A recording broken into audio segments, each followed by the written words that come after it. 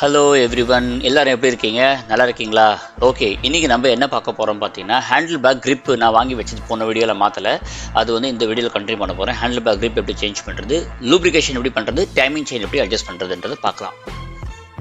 Left hand side grip இப்படியே கஷ்டப்பட்டு நான் போட்டுட்டேன். இப்போது ரைட் ஹேண்ட் சைடு grip நான் வந்து எப்படி போடுறதுன்றதை நான் இப்போது கொஞ்சம் ஸ்ட்ரகிள் ஆனால் பரவாயில்லன்ட்டு நான் ட்ரை பண்ணி போட போகிறேன். இப்போது பார்க்கலாம். இது ஆயில் ஊற்றிட்டு தான் நம்ம ட்ரை பண்ணணும், அதை காமிக்கிறேன்.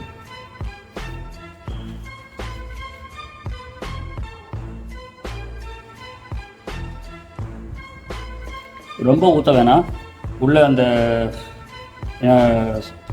அது ரொம்ப ஸ்ட்ரக் ஆகும். உள்ள தள்ளும்போது ரப்பர் பிடிச்சிக்கொண்டதுனால ஆயில் ஊற்றுறது. அது மட்டும் நம்ம கொஞ்சம் ஆயில் இருந்தால் போதும், ரொம்ப ஊற்றக்கூடாது.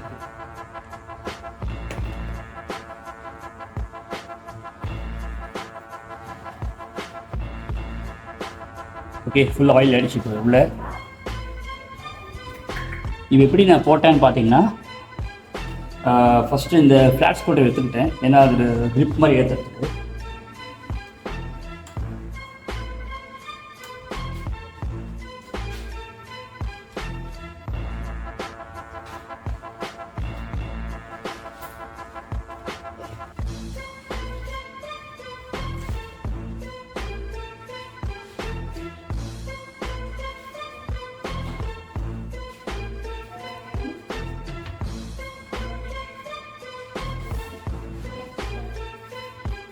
ஸோ அப்போ எவ்வளோ கஷ்டப்பட்டேன், இப்போ ஈஸியாக வந்துச்சு பாருங்க.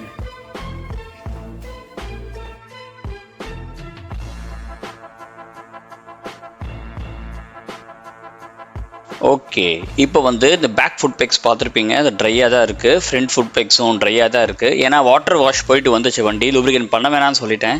அதே மாதிரி சைட் ஸ்டாண்டும் லூப்ரிகேட் பண்ண வேணாம்னு சொல்லிட்டேன். ஏன்னா நம்ம லூப்ரிகேட் வந்து நம்மளே பண்ணிக்கலாமேட்டு தான்.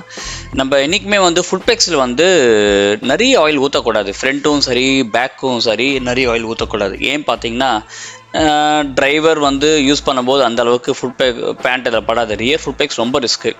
சைட் ஸ்டாண்டும் அதே மாதிரி பார்த்து அப்ளை பண்ணணும். இப்போ காமிக்கிற பாருங்கள், அது ஆக்சுவலி ஃபுல் ட்ரையாக இருக்குது ஆயில் போட்டதுக்கப்புறம். ஓகே,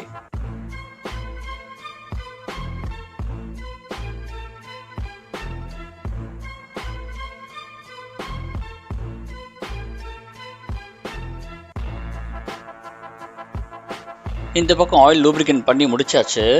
நம்ம இப்போ என்ன பண்ண போகிறோம் பார்த்தீங்கன்னா, டைமிங் செயின் அட்ஜஸ்ட்மெண்ட் பற்றி நான் சொல்லியிருந்தேன்.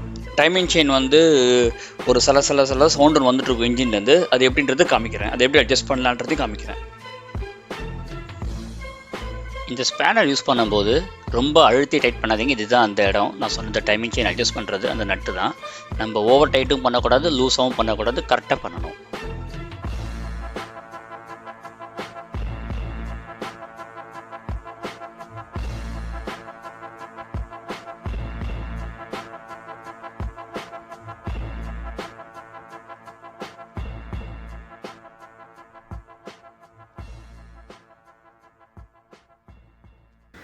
mm இந்த நட்டு தான் வந்து டைட் பண்ணுறது.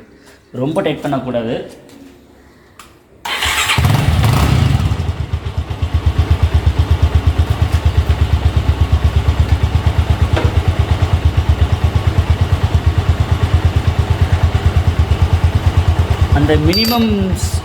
அந்த மினிமமாக இருந்த சவுண்டும் போயிடுச்சு இப்போ.